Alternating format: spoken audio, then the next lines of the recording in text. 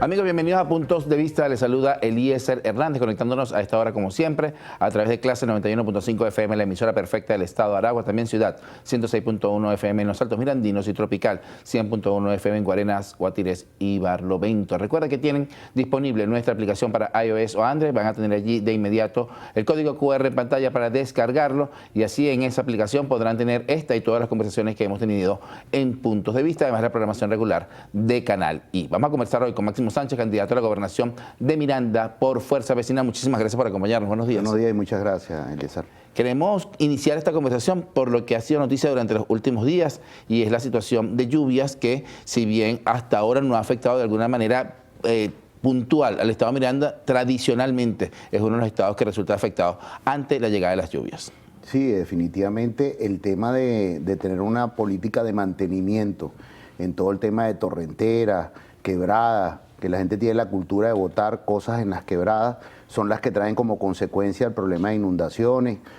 Hasta este momento no hemos visto ninguna de esas situaciones en el estado de Miranda, como bien lo dices tú, pero definitivamente una política de mantenimiento y preventiva en esa materia ayudaría a superar cualquier eventualidad que pudiésemos tener. ¿Cuáles son esas propuestas que trae Máximo Sánchez a la gobernación de Miranda? Sí, nosotros tenemos un estado de Miranda con una producción agropecuaria importante.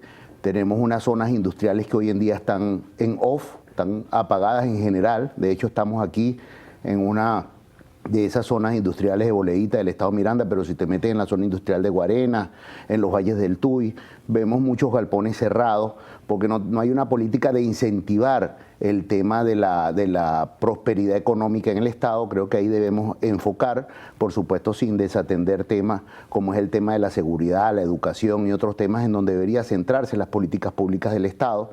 Hoy en día tenemos muchas escuelas con infraestructura deteriorada, funcionarios públicos en general y maestros muy mal pagados, que no genera un estímulo para una dedicación en los términos que antes existía, unos maestros que con solamente su trabajo podían vivir de manera digna. Hoy en día no es así. Más allá también del tema de la pesca, tenemos un estado Miranda que se parece mucho al país. Tenemos zona industrial, tenemos zona agrícola, tenemos zona pecuaria, tenemos zona de pesca, en fin.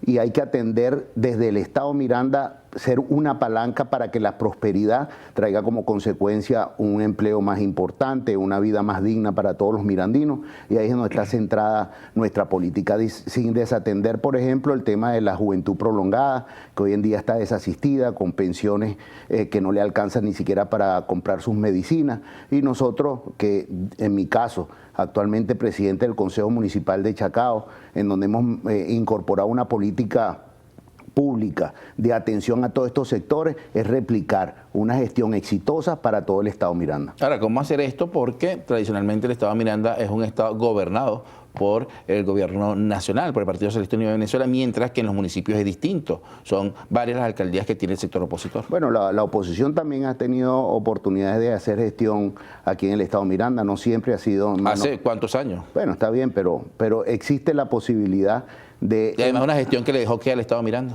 Bueno, pero más allá de eso, yo estoy enfocado en la gestión que nosotros queremos implementar. Pero usted es parte de la oposición. Sí, claro. Y nosotros queremos implementar una política que haga que la política pública del estado Miranda se enfoque en el vecino. Hoy en día, ¿qué tenemos? Una gestión que no es la más lucida, que no atiende las necesidades verdaderas de los vecinos, y nosotros, por el contrario, queremos enfocar nuestro interés y nuestra política pública en eso, en el ciudadano, que tenga una vida digna, un salario adecuado, y desde la gobernación vamos a hacer todo lo que esté en nuestras manos para que esa situación de dignidad llegue a todos los vecinos de Miranda. A ver, pero ¿cómo hacerlo del salario, por ejemplo, si eso es una política del gobierno nacional? Bueno, es una política del gobierno nacional, pero también las gobernaciones y los municipios tienen posibilidad de mejorar los ingresos de nuestros funcionarios públicos si hay una política de prosperidad, que hoy en día no la hay.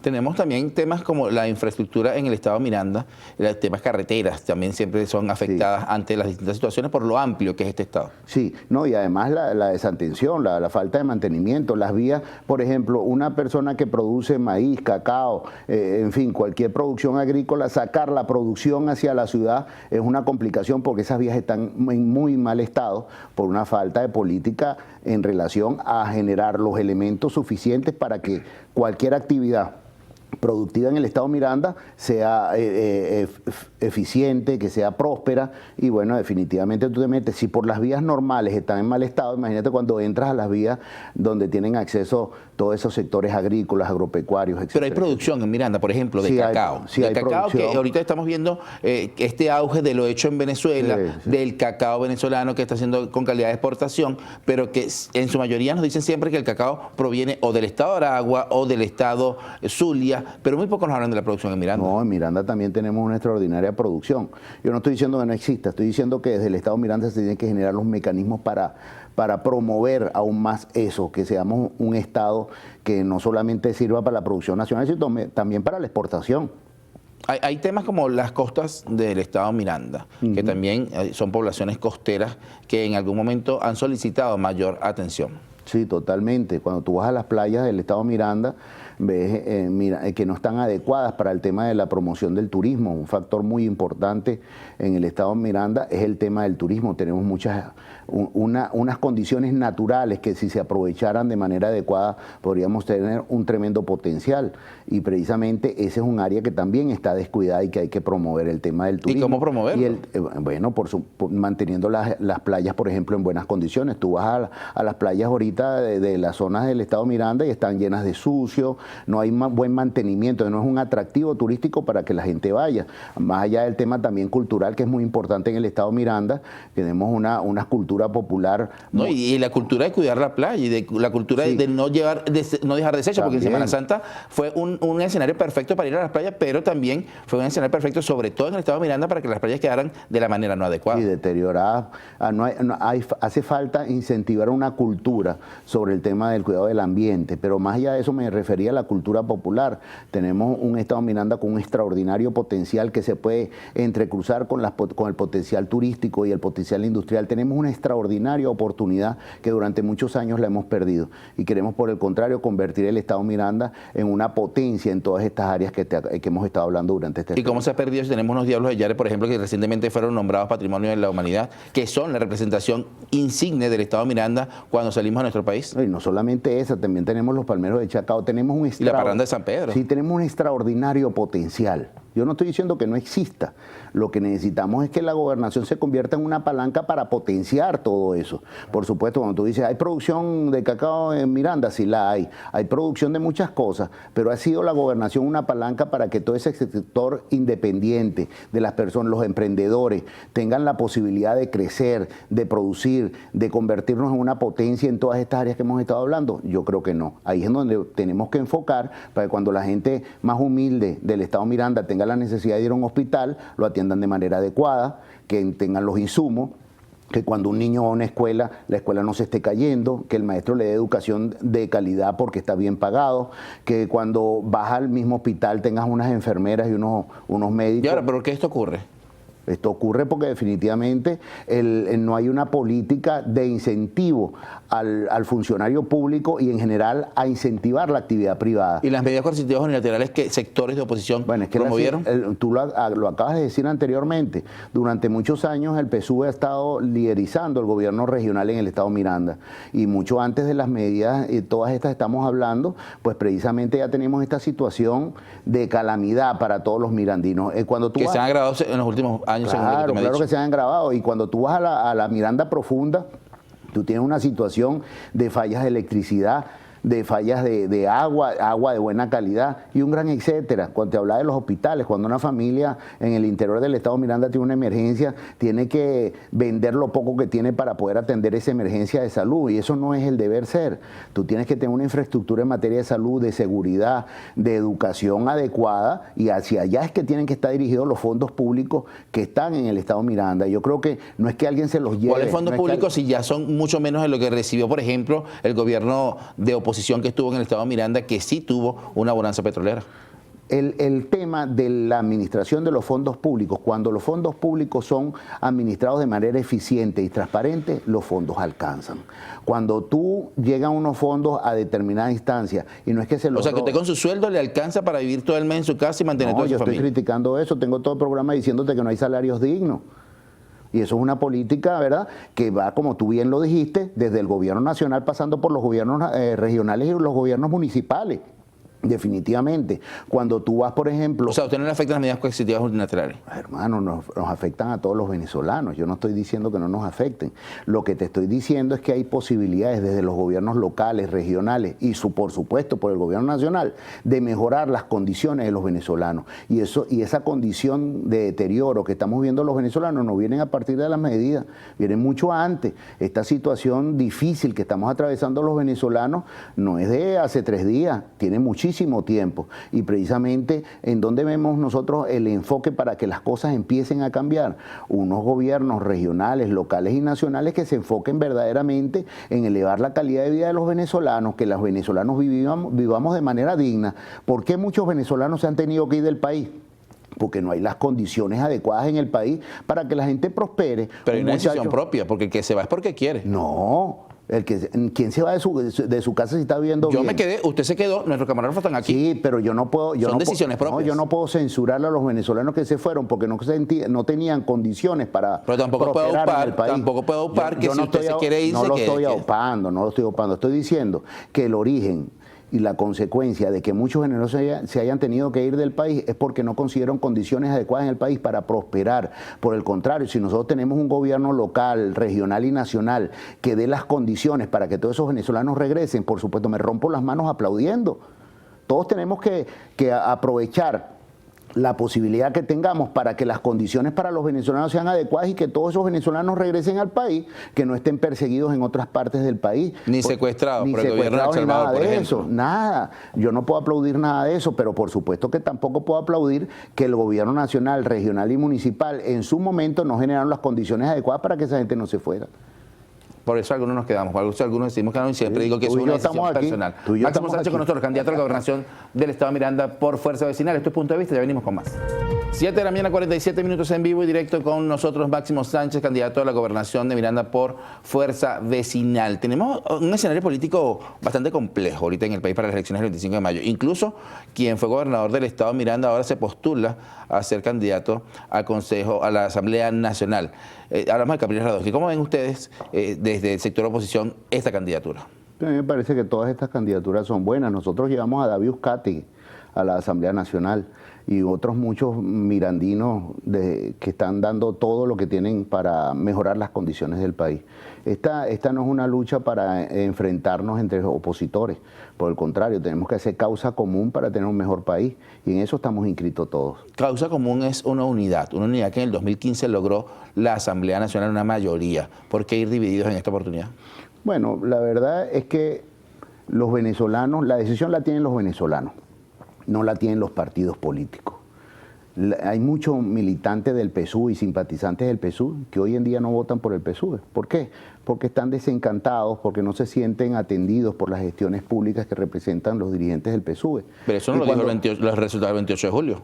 Bueno, fueron millones de venezolanos que votaron en contra del gobierno el 28 de julio. Pero no la mayoría. Bueno, pero fueron millones que tienen que tener el respeto de todos nosotros. Yo respeto a las mayorías y a las minorías. Y en ese sentido, los venezolanos hemos dado una lucha por el ejercicio de los derechos políticos de los venezolanos y la seguiremos dando. Y la seguiremos dando hasta tener un país mejor. El tema de la unidad la deciden los venezolanos.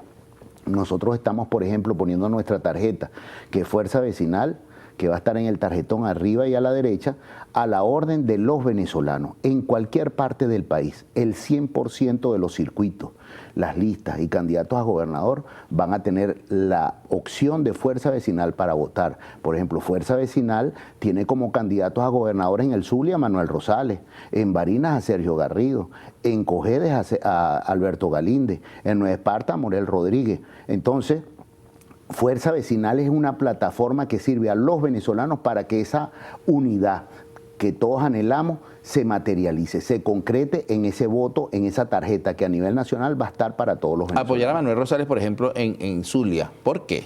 ¿Cómo está el Zulia en este momento? Bueno, porque resulta... O a Morel Rodríguez en Nueva Esparta, que tiene años gobernando.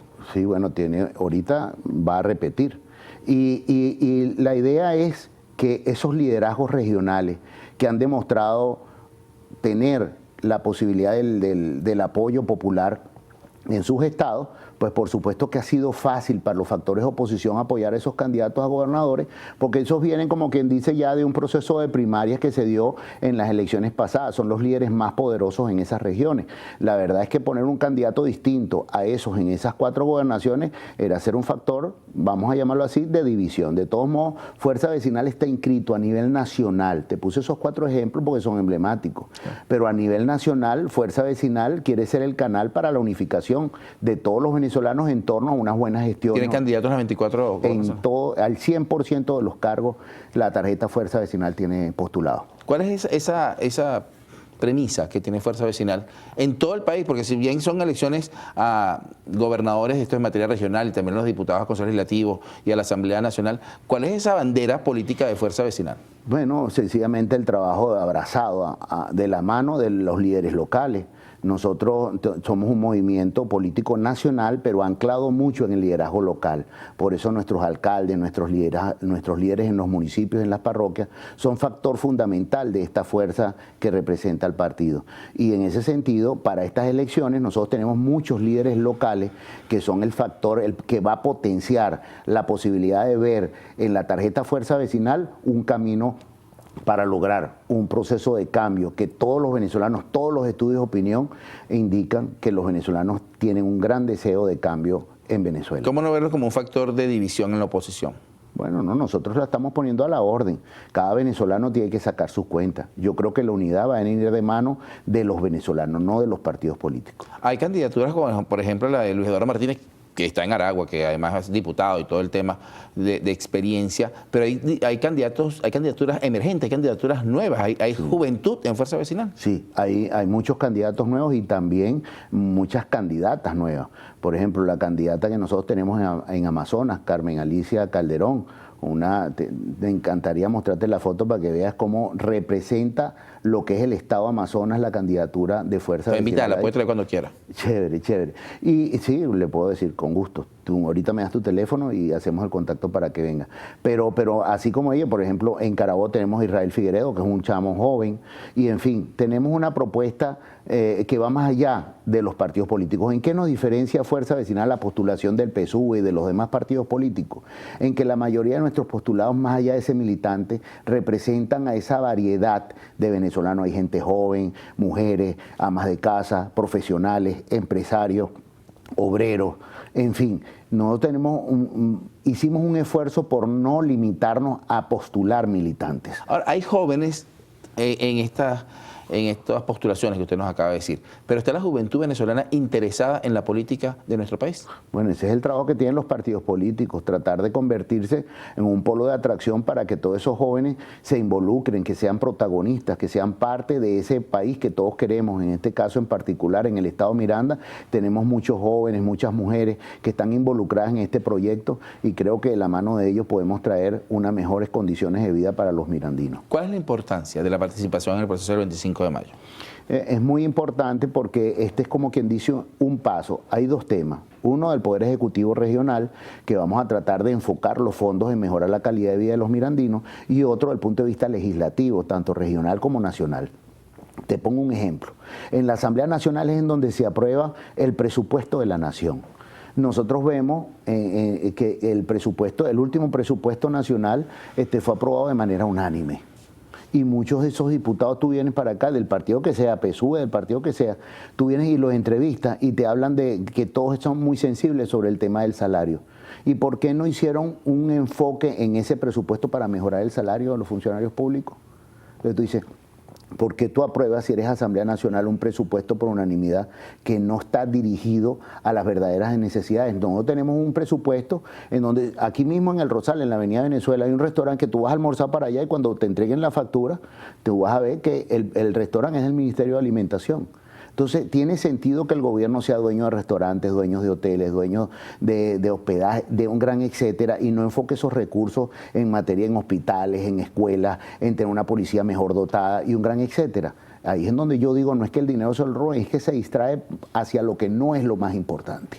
Ahí es donde está el enfoque que nosotros tenemos para mejorar la calidad de vida de todos. Ahora, ¿cómo generar los recursos si no tenemos los recursos que la bonanza petrolera nos había dejado? Yo, sin duda, tenemos menos recursos. Yo no estoy hablando de eso, estoy hablando de enfocar los pocos recursos que se tienen en las cosas que son las verdaderas necesidades de los venezolanos. ¿Qué pasa ahorita? Te repito, hoy tú vas a almorzar a un restaurante ahí en la Avenida del Rosal de Venezuela y hay un restaurante, para no decirte el nombre, que en la factura tú vas a ver que es un restaurante del Ministerio de Alimentación. Entonces, que no te estoy diciendo, los pocos reales que tienen que enfocarse en las verdaderas necesidades de los venezolanos, por Dios. Es una cosa que está de anteojito. O sea, y las misiones, las grandes misiones, lo que se ha hecho en materia de educación, por ejemplo, la creación de universidades, ¿eso no es enfocar nuestros recursos? Sí, yo estoy hablando de la infraestructura de educación en general. Tú estás hablando del tema universitario. Yo te estoy hablando del venezolano que nace en Curiepe y que tiene que ir a una escuela en Curiepe en condiciones no adecuadas, con un maestro que está mal pagado, etcétera. A eso me refiero. Yo estoy hablando de la Venezuela profunda. Y el Estado Miranda en general se parece mucho a Venezuela, porque nosotros estamos aquí en Boleíta, en Caracas. Pero para que al terminar de estudiar en Curiepe tiene que ir a la universidad. Sí, yo sé. Si tienen las condiciones, porque ese muchacho que nace en Curiepe nace con unas condiciones que no son iguales al que nace en Caracas. Que seguro tiene una aldea de la misión Sucre en Curiepe y pueda ir a estudiar. Sí, yo no estoy aquí para criticar las cosas buenas que puedan estar. Yo quiero que las cosas Pero no las reconoce tampoco. No, ¿quién dice que no? Tú me hablaste de la producción agropecuaria y yo te decía que sí existía. Nosotros no hemos tenido un blanco y negro tuyo en esta entrevista, por el contrario. Tú has dicho cosas y yo digo sí existen, pero hay que mejorarlas.